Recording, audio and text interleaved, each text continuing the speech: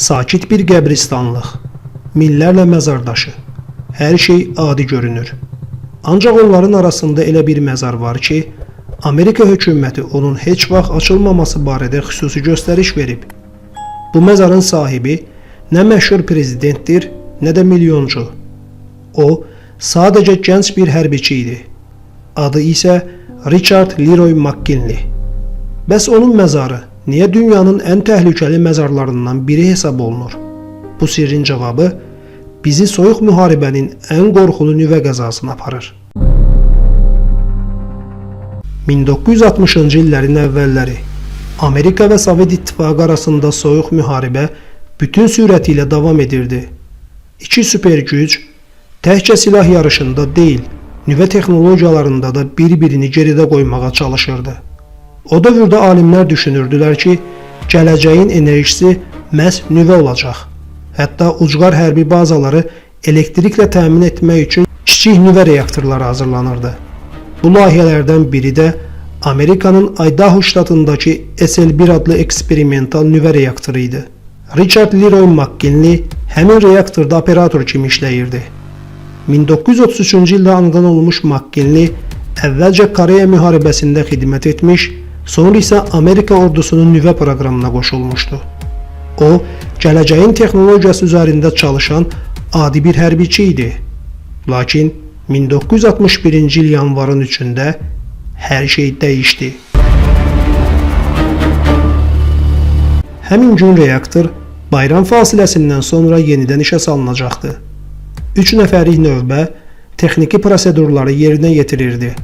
Ancaq cəmi bir neçə saniyə ərzində tarixə düşəcək dəhşətli hadisə baş verdi. Reaktorun əsas idarəetmə çubuğu normadan çox yuxarı çəkildi. Bu, reaktorun ani şəkildə kritik vəziyyətə keçməsinə səbəb oldu. Bir göz qırpımında yaranan enerji minlərlə ton təzyiqli buxar partlayışı yaratdı. Reaktorun ağır metal hissələri havaya qalxdı. Partlayış o qədər güclü idi ki, içəridə olan 3 nəfərin Richard Leroy McKinley, John Burns və Richard Legg heç birinin yaşamaq şansı qalmadı. Bu hadisə Amerika tarixində baş vermiş ilk ölümcül nüvə reaktoru qəzası kimi tarixə düşdü. Qəza başa çatmışdı. Amma əsl problem bundan sonra başladı. Xilasetmə qrupları reaktora daxil olduqda ölümcül radiasiya ilə qarşılaşdılar.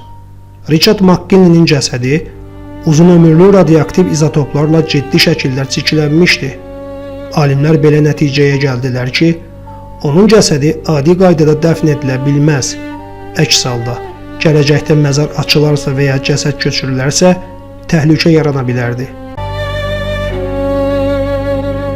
Buna görə də Amerika hökuməti görünməmiş qərar qəbul etdi. Nüvə mühəndisləri dünyada analogu olmayan bir məzar hazırladılar. McKinley'nin bədəni əvvəlcə metal tabuta, daha sonra isə bir neçə qat əlavə qoruyucu tabutun içinə yerləşdirildi. Hər bir tabut pambıq, plastik və xüsusi qatlarla vakuumda möhürləndi. Son qatı isə qurğuşunla örtüldü ki, radiasiyanın yayılması minimuma endirilsin. Məzar 3 metr yerin altına yerləşdirildi və tam izolyasiya olundu.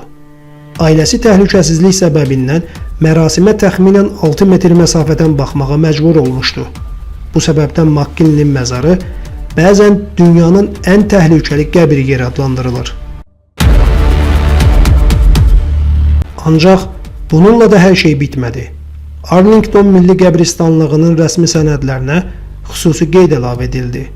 Orada yazılırdı: bu cəsəd uzunömürlü radioaktiv maddələrlə çirklənmişdir. Atom Enerjisi Komissiyasının xüsusi icazəsi olmadan heç bir halda bu məzar açılmamalı və ya cəsəd başqa yerə köçürülməməlidir.